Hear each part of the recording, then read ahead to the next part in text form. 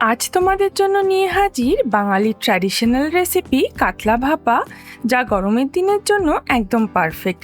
রান্নাটাও হয় চটজলদি। খুব কম মেহনতে এমন সুস্বাদু রেসিপি গরম ভাতের সাথে দারুণ জমে।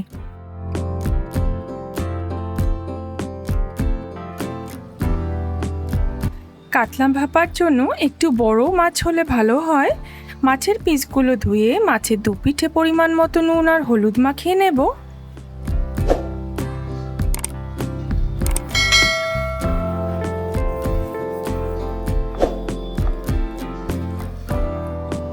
মিক্সিতে 2 টেবিল চামচ সর্ষে, 1 টেবিল চামচ পোস্ত, সামান্য নুন, কাঁচা লঙ্কা আর 2 টেবিল চামচ নারকেল কোড়া দিয়ে বেটে নেব।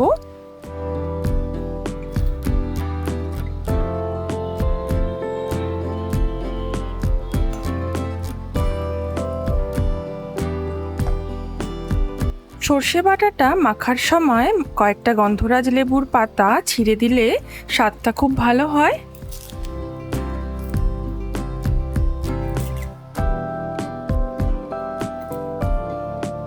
ওপর থেকে ছড়িয়ে দেব বেশ খানিকটা সর্ষের তেল।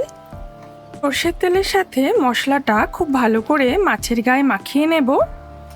অনেককে দেখেছি ভাপা করার সময় মাছের পিসগুলোকে হালকা করে ভেজে নেয়, তাতে কিন্তু মাছগুলো শক্ত হয়ে যায় আর ভাপার স্বাদটাও নষ্ট হয়ে যায়। একটা বড় টিফিন কৌটোর মধ্যে মাছগুলোকে রেখে পুরো মিশ্রণটা ঢেলে দিতে হবে।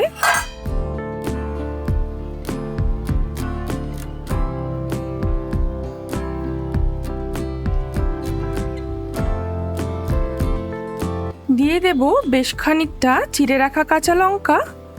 একটা বড় ডেচকিতে স্ট্যান্ড রেখে তার উপরে টিফিন বক্সটা বসিয়ে দেব।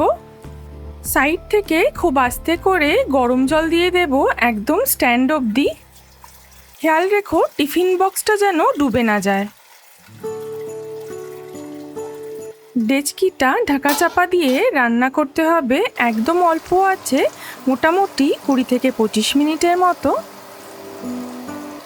আর দেখো নিমেষেই তৈরি হয়ে গেল আমাদের কাতলা ভাপা।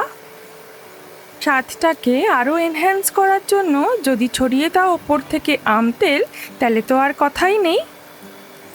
এইভাবে কাতলা ভাপা রান্না করে একদম গরম ভাতের পাশে পরিবেশন করতে পারো।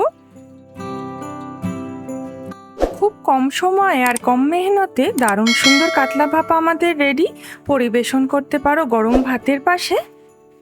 রেসিপি ভালো লাগলে লাইক, শেয়ার আর সাবস্ক্রাইব করতে ভুলো না। আর দেখতে থাকো 5 স্পাইস স্টোরিজ।